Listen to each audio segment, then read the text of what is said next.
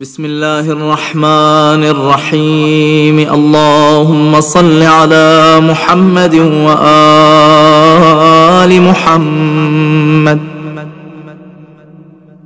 اللهم اجعل صيامي فيه صيام الصائمين، وقيامي فيه قيام القائمين، ونبهني فيه عن نومة الغافلين، وهب لي جرمي فيه يا إله العالمين،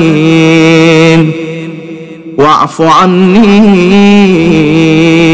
يا عافيا عن المجرمين. وصلى الله على محمد وآله